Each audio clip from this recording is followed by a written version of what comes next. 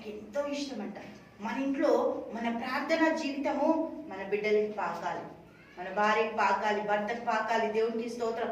పాకుంటూ పాకుంటూ మెల్లగా. చెడు ఎట్లు పాకుతుంది కదా.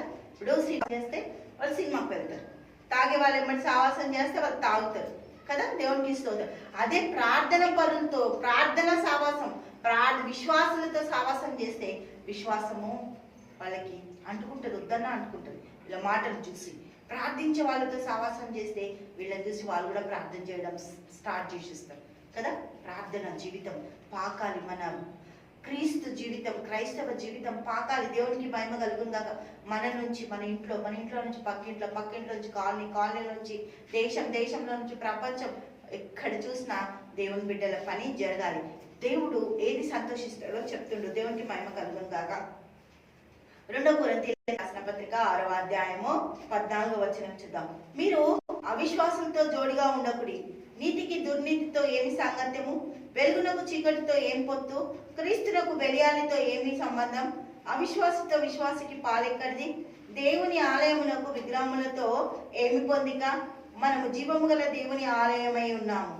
అందుకు దేవుడు ఇలాగ సెలవిచ్చి ఉన్నాడు, నేను వారిలో నివసించుతూ సంచరిస్తున్నాను. దేవుడికి స్తోత్రం. నివసించి సంచరిస్తాడట దేవుడికి. పరిశుద్ధాత్మ కదా. దేవుడికి స్తోత్రం.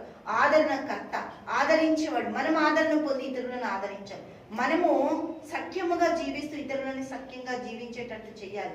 మనం ఆయన బాటలో నడుస్తూ ఇతరులను ఆయన బాటలో దేవుని యొక్క గొప్ప కృపని మనము వెదజల్లాలి. దేవునికి మహిమ కలుగు. దేవుడు ఏమంటుంటే, నేను వారిలో నివసించి సంచరితును, నేను వారి దేవుడనై ఉందును, ప్రజలైందురు. కావున మీరు వారి మధ్య నుండి బయలువెళ్ళు, పవిత్రమైన దానిని ముట్టకుడని ప్రభువు చెప్పుచున్నాడు. మరియు నేను మిమ్మల్ని చేర్చుకొందును, మీకు తండ్రినై ఉందును, మీరు నాకు కుమారులను కుమార్తెలునై ఉందురని సర్వశక్తి గల ప్రభువు చెప్పుచున్నాడు. దేవునికి స్తోత్రం. సర్వశక్తి గల దేవుడు. ప్రతిదానికి దేవుని శక్తి మనకెంతగానో అవసరం. దేవునికి స్తోత్రం. ఆయన శక్తిలో నుంచి సమస్తం పొందుకోవచ్చు.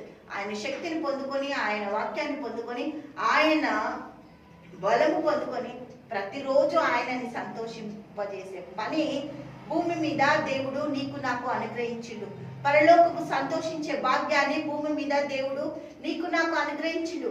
భూమి మీద ఒక ఆత్మని రక్షించి, నశించే ఆత్మని తీసుకొచ్చి దేవుని దగ్గర చూపించి, దేవుడి దగ్గర వాళ్ళ ఒక జీవితాన్ని గడపడానికి వాళ్ళకు నేర్పి, దేవుని చూపించి పరలోక రాజ్యపు వారసులు మీరు అని అంటే, భూమి మీద వాళ్ళు బాప్తిజం తీసుకున్నప్పుడు పరలోకం సంతోషిస్తుందంట. పరలోకం సంతోషించే పని దేవుడు నా జీవితాలకి అప్పగించిండు. మనము పొందుకొని ఇతరులకు సాక్షులుగా నిలబడేటట్టు, మనము సిద్ధపడి ఇతరులని సిద్ధపరిచేటట్టు ఇంత గొప్ప భాగ్యాన్ని దేవుడు అనుగ్రహించిండు. దేవుడికి మహిమ కలుగును గాక. హల్లెలూయా. తండ్రి యేసయ్యానికి స్తోత్రాలు. గొప్పది, అద్భుతకరణ, ఆశ్చర్యకరణానికి స్తోత్రాలు చెల్లిస్తాం. ప్రతి కుటుంబాన్ని దీవించండి, ఆశీర్వదించండి. పరలోక రాజ్యాన్ని సంతోషపరిచే బిడ్డలుగా నా తండ్రి, నీ బిడ్డలు నీ యందు భయభక్తులు కలిగి భూమి మీద జీవించే జీవితాలు గొప్పగా ఉన్నందుకు కృతజ్ఞతలు చెల్లిస్తున్నాం. ఏ సమయంలో ప్రార్థిస్తున్నాము తండ్రి. ఆమేన్, ఆమేన్, ఆమేన్.